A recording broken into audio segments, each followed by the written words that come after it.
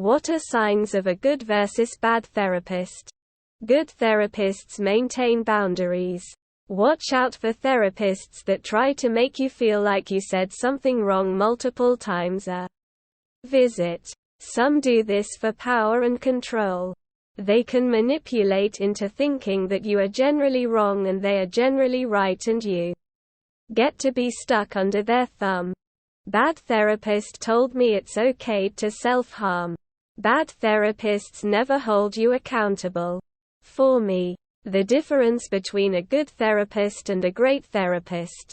I know. That wasn't the question. Was that the good therapist helped me live with my issues while the great therapist wanted to help me understand why I have these issues. It's made a world of difference in my life. I have a bad therapist story. It was my first therapist. My second session. I showed up 25 minutes early and sat in the lobby for my appointment. As it came time for me to go in, some lady ran up to the therapist. He let her into his office and had an impromptu 30-minute session with her.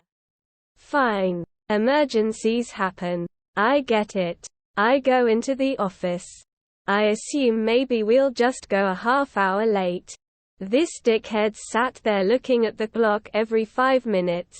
Wasn't listening to anything I was saying and cut my session off on time.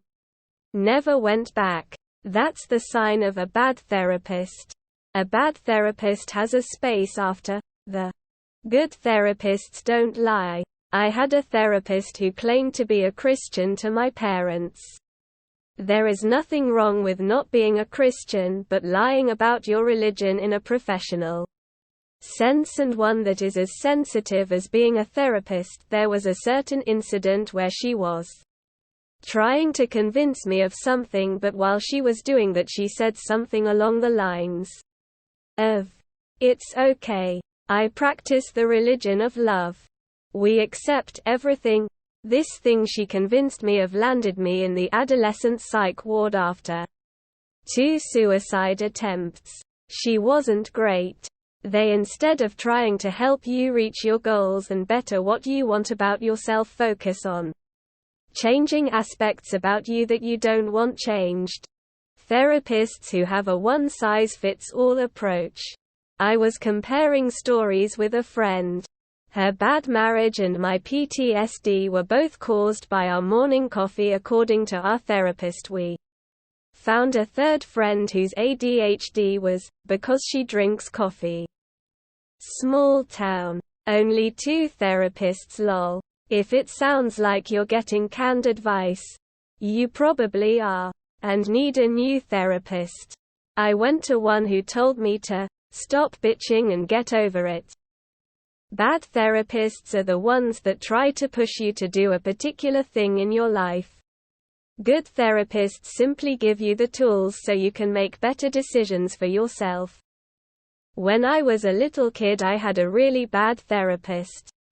So bad that he gave up on me. One day he told my parents, "I'm sorry, but I don't know what's wrong with your child." And they were like, "Well, I respect your honesty, but that's not helpful." They were pissed. A bad therapist projects their own thoughts on those pictures where one person may see a face and another person sees a beetle to determine someone's personality and prevents the patient from opening up. A good therapist acts as though they relate to the patient, even if they can't relate, and makes the patient want to open up more. Another sign is if someone is looking forward to their next therapy appointment. A good therapist can maintain thoughtful curiosity even when you've challenged them personally or professionally, which you have every right to do. That is, you might know you've angered or hurt them, but they can keep thinking with you about what's going on between you. One therapist told me that her method of getting people to change is to be hard on them. I told her what makes me change is positive reinforcement, at which point she became extremely condescending, telling me that I was wrong about myself. When you interview them by asking pointed questions about how they decided to become a therapist, and they start yelling and complaining about other patients that they didn't like. After knowing me for 20 minutes, a therapist told me, obviously I was raped as a child, because I felt uncomfortable watching my college roommate make out with her boyfriend right in front of me. Thinking face. When they sound like a snake oil salesman promising you the world, but when you decide that they are not right for you, they come down on you in a verbally abusive way.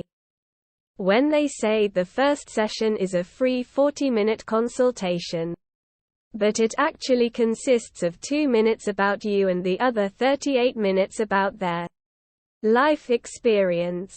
When you decide that the therapist isn't doing anything and you try to break it off, but in that instant they become narcissistically abusive and hurl one insult after another at you to try to get you to react emotionally just to prove to you that you need them.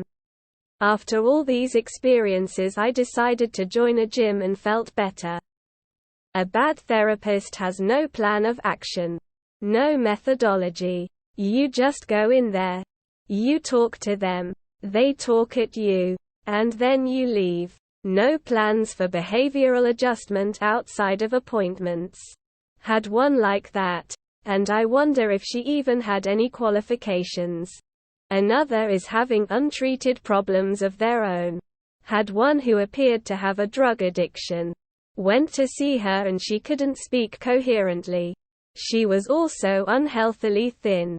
Gave her my mom's EAP authorization and she was too far gone to figure out how to process it. She spent 45 minutes of the hour on customer service with the insurance company trying to piece it together, and ended up calling my mom's office number and leaving an incoherent voicemail.